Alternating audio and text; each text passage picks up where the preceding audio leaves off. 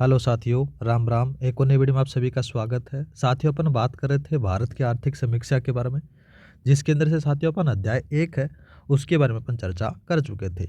आज अपन बात करें मेरे भाई अध्याय 2 के बारे में, जिसमें से अपन देखेंगे राजकोषीय घाटाक्रम के बारे में अपन देखने वाले हैं।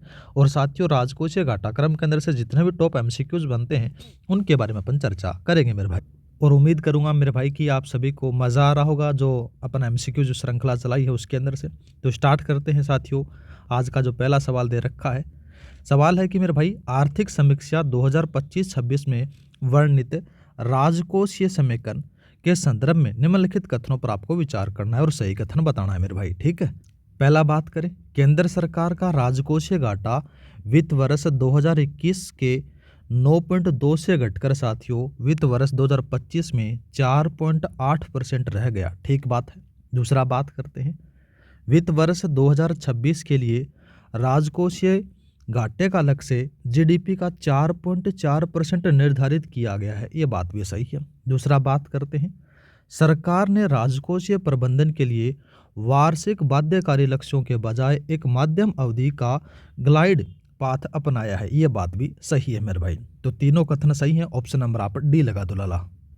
नेक्स्ट बात करते हैं साथियों। नेक्स्ट सवाल दे रखा है कि भारत सरकार की नई मध्यम अवधि राजकोषीय नीति के तहत पॉलिसी एंकर के रूप में किसे चुना गया है। तो मेरे भाई याद रखना, ये आपको देखने को मिलेगा केंद्र सरकार के ऋण जीडीपी अनुपात को 50% तक लाना। ऑप्शन नंबर आपका सी सही रहेगा। नेक्स्ट बात करते हैं। नेक्स्ट सवाल अच्छा दे रखा है मेरे भाई। सवाल है, कर राजस्व के रुझानों के संदर्भ में निम्नलिखित कथनों पर आपको विचार करना है और सही कूट बताना है। तो मेरे भाई इसमें बात करें तो महामारी के बाद के वर्षों में वित्त वर्ष 2022 से 25 में सकल कर राजस्व में उछाल मुख्य रूप से प्रत्यक्ष कर संग्रह में मजबूती के कारण आया है। ठीक बात आती है। दूसरा बात करें, कुल करों में प्रत्यक्ष करों का हिस्सा महामारी से पूर्व अवधि की तुलना में कम हुआ है। ये बात साथियों गलत आती है। महामारी के बाद में बात करें तो मेरे भाई यहाँ पर से आपको देखने को मिलेगा, तो महामारी के जो पूर्व मेरे भाई इसमें थी 51.9% था। ठीक है, और महामारी के बाद में अगर बात करें तो मेरे भाई यहाँ पर से आपको देखने को मिलेगा 55.5% रह गया है। तो यहाँ पर से कमी नहीं हुई मेरे भाई, उछाल हुआ है। तो ये बात गलत आती है, कमी नहीं हुई है। ठीक है। दूसरा बात करते हैं कि वित्त वर्ष 25 में प्रत्यक्ष करों का हिस्सा कुल करों का लगभग 58.8 हो गया है। ये बात सही है। तो पहला और तीसरा सही है। पहला तीसरा सही है तो ऑप्शन नंबर आप बी लगा दो। नेक्स्ट बात करते हैं। नेक्स्ट सवाल अच्छा सवाल दे रखा है।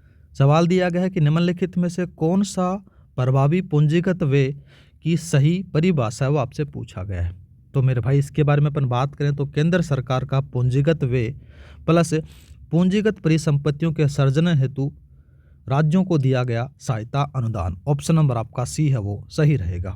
नेक्स्ट बात करते हैं। अच्छा सवाल नहीं, वेरी वेरी इंपॉर्टेंट लगा लो मेरे भाई, इसको 100% आपके पेपर में छपेगा। तो बात करें सवाल के बारे में, जीएसटी 2.0 के सुधारों के तहत कर दरों में किए गए बदलावों के संदर्भ में सही मिलान करना है। अच्छा है। पहला बात करते हैं पर एक तरफ मध्य दे रखे हैं, दूसरी तरफ आपको जीएसटी दर दे रखी है। तो मेरे भाई सबसे पहले बात करते हैं जीवन रक्षक दवाओं के अंदर से बात की जाए तो आपको 0% यहाँ पर से देखने को मिलेगी जीएसटी रेट। ठीक है। दूसरा बात करते हैं तो कृषि और संबंधित वस्तुएं जैसे अपन ट्रक हो गया तो मेरे भाई इसमें से 5% मिलेगा। दूसरा बात करते हैं व्यक्तिगत स्वास्थ्य बीमा पॉलिसी के अंदर से बात करें तो मेरे भाई इसमें से जीएसटी से छूट आपको देखने को मिल जाती है। और एक मानव निर्मित रेशों में मेरे भाई यहाँ पर से 5% जीएसटी रेट देखने को मिल जाएगी। तो यहाँ पर से आपका ऑप्शन नंबर बी सही रहेगा। इसमें से बात करें तो मेरे भाई यहाँ पर से जो कृषि और संबंधित वस्तुएं जैसे ट्रैक्टर थे ना, इसमें साथियों पहले कितनी थी तो वो भी याद रखना। पहले मेरे भाई 12% हुआ करती थी, अब साथियों इसको कितना कर दिया गया, 5% कर दिया गया है। दूसरा बात करते हैं जो मानव निर्मित रेशे है मेरे भाई, इसमें से साथियों पहले 18% हुआ करता था, अब साथियों इसको 5% कर दिया गया है। ठीक है, कितना कर दिया गया है मेरे भाई, 5% कर दिया गया। नेक्स्ट बात करते हैं। नेक्स्ट सवाल दे रखा है कि राजकोषीय प्रतिक्रिया फलन के संदर्भ में निम्नलिखित कथनों पर आपको विचार करना है। पहला बात करते हैं तो यह विश्लेषण करता है कि क्या सरकार बढ़ते ऋण के जवाब में अपने प्राथमिक शेष में सुधार करती है। ठीक बात आती है। दूसरा बात करते हैं, भारत के संदर्भ में विश्लेषण दर्शाता है कि राजकोषीय नीति संधारणीय नहीं है। यह बात साथियों गलत आती है। गलत क्यों आती है तो मेरे भाई याद रखना, राजकोषीय नीति है वो संधारणीय है, यहाँ पर से नहीं बता रखा तो ये बात गलत आती है। दूसरा बात करते हैं, भारत की राजकोषीय नीति प्रतिचक्रीय व्यवहार करती है, यह बात सही है। तो पहला और तीसरा सही है, ऑप्शन नंबर आप बी लगा दो। नेक्स्ट बात करते हैं, नेक्स्ट सवाल दे रखा कि केंद्र सरकार की गैर कर राजस्व प्राप्तियों में हालिया वृद्धि का मुख्य कारण क्या है, वो आपसे पूछा गया है। तो यहाँ पर से आपको देखने को मिलेगा कि भारतीय रिजर्व बैंक और सार्वजनिक क्षेत्र के बैंकों से प्राप्त लाभांश और अधिशेष आपको देखने को मिल जाता है। ऑप्शन नंबर आपका बी सही रहेगा, थोड़ा सा याद रखना है, ठीक है। नेक्स्ट बात करते हैं, नेक्स्ट सवाल दे रखा है कि राज्यों के पूंजीगत व्यय के लिए विशेष सहायता योजना के बारे में निम्नलिखित कथनों पर आपको विचार करना है। पहला बात करते हैं, यह योजना राज्यों को 50 वर्ष का ब्याज मुक्त ऋण प्रदान करती है, ठीक बात आती है। दूसरा बात करते हैं, वित्त वर्ष 26 में इस योजना के तहत 1.5 लाख करोड़ आवंटित किए गए हैं, ये बात भी सही है। दूसरा बात करते हैं, इस योजना का पूरा पैसा बिना किसी शर्त में दिया जाता है, यह बात यहाँ पर से गलत आती है मेरे भाई। गलत क्यों आती है तो इसको दो भागों में बांट दिया जाता है। एक तो आती है मेरे भाई कौन सी, सशर्त आती है, ठीक है। और दूसरी बात करें तो मेरे भाई यहाँ पर से आपको देखने को मिलेगा शर्त मुक्त देखने को मिलेगा, ठीक है। तो और बात करें मेरे भाई, इसको भी दो भागों में अपन बांट दिया गया। अपने बताया कि 1.5 लाख करोड़ रुपए आवंटित हुए हैं। इसमें से साथियों मेन रूप से बात करें तो देखो इसमें से 68,000 करोड़ रुपए है ना, वो तो यहाँ पर से आपको देखने को मिलेंगे मेरे भाई शर्त मुक्त देखने को मिलेंगे। कितने मिलेंगे मेरे भाई, 68,000 करोड़ रुपए, ठीक है। ये तो आपको देखने को मिलेंगे, क्या मिलेंगे मेरे भाई, ये शर्त मुक्त मिलेंगे। और बाद में जो शेष है मेरे भाई वो आपको शर्तों के साथ में दिए जाते हैं, थोड़ा सा याद रख लेना, ठीक है। तो यहाँ पर से आपका पहला दूसरा सही है, ऑप्शन नंबर आप बी लगा दो। नेक्स्ट बात करते हैं, नेक्स्ट सवाल दे रखा, अच्छा सवाल है, सवाल दे रखा कथन और कारण वाला। कथन के बारे में बात करते हैं कि हाल ही के वर्षों में राज्यों के स्तर पर बिना शर्त नगद अंतरण का तेजी से विस्तार हुआ है, ठीक बात आती है। दूसरा बात करते हैं, नगद अंतरण योजना मानव पूंजी जिसमें से शिक्षा, स्वास्थ्य और उत्पादन के निवेश की तुलना में दीर्घकालीन आर्थिक वृद्धि के लिए अधिक प्रभावी पाई गई है, यह बात साथियों गलत आती है। गलत क्यों आती है मेरे भाई, तो ये याद रखना, इसमें से शिक्षा, स्वास्थ्य उनके लिए यहाँ पर से नहीं है। ये मेन रूप से बात करें तो यहाँ पर से आपको देखने को मिलेगा जो गरीबी से मतलब कि गरीबी से बाहर निकालने के लिए जो पैसा है वो वहाँ पर से खर्च किया जाएगा। तो ये बात यहाँ पर से गलत आती है। तो आप यहाँ पर से सही आपका आंसर रहेगा, ए तो सही है, आर गलत है। ऑप्शन नंबर आपका सी सही रहेगा। नेक्स्ट बात करते हैं, नेक्स्ट सवाल दे रखा कि सार्वजनिक वित्तीय प्रबंधन के सुधार के लिए अपनाई गई just in time fund release प्रणाली से के क्या लाभ है वो आपसे पूछा गया है। तो पहला बात करते हैं, यह क्रेडिट पशु मॉडल के स्थान पर डेबिट पुल मॉडल को लागू करता है, ठीक बात आती है। दूसरा पुश है। दूसरा बात करते हैं, दूसरा दे रखा है कि इससे सरकार की ब्याज लागत में बचत होगी, यह बात भी सही है। दूसरा बात करते हैं, यह कार्यान्वयन एजेंसियों के पास पड़ी निष्क्रिय निधि को कम करता है, यह बात भी यहाँ पर से सही है। तो याद रखना, मेन रूप से बात करें तो साथियों ये क्रेडिट पुश मॉडल के स्थान पर डेबिट पुश मॉडल पर लागू करता है, ठीक है। तो ये तीनों चारों कथन सही है, ऑप्शन नंबर आप डी लगा दो। नेक्स्ट बात करते हैं, नेक्स्ट सवाल दे रखा है मेरे भाई, अच्छा सवाल है। सवाल दे रखा है कि 15वें वित्त आयोग की सिफारिशों के अनुसार वित्त वर्ष 26 के लिए राज्यों की शुद्ध उधारी सीमा क्या है। तो मेरे भाई याद रखना, यहाँ पर से आपको देखने को मिलेगी जीएसडीपी का 3% देखने को मिलेगी, ठीक है। यहाँ पर से ऑप्शन नंबर आपका बी है वो सही रहेगा।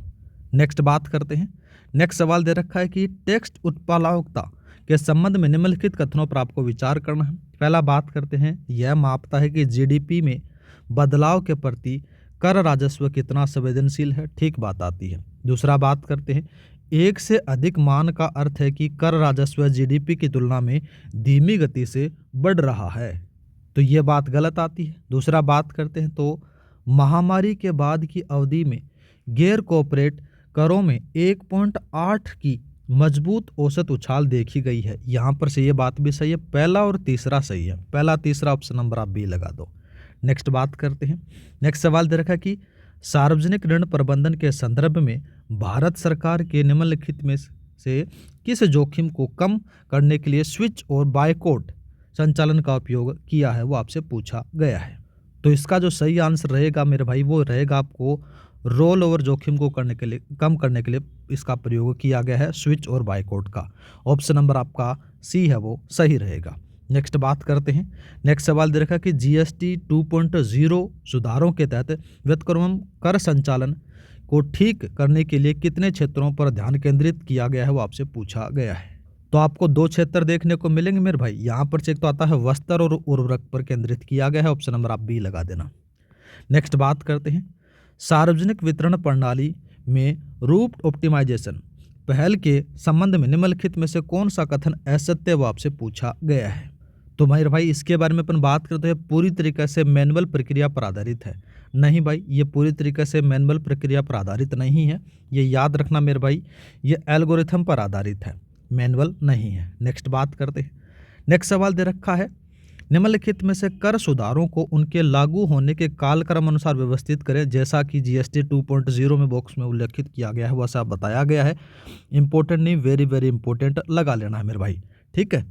पहला बात करते हैं तो जीएसटी 2.0 तो मेरे भाई ये आपको देखने को मिलेगा 2025 के अंदर से आपको देखने को मिलेगा, ठीक है।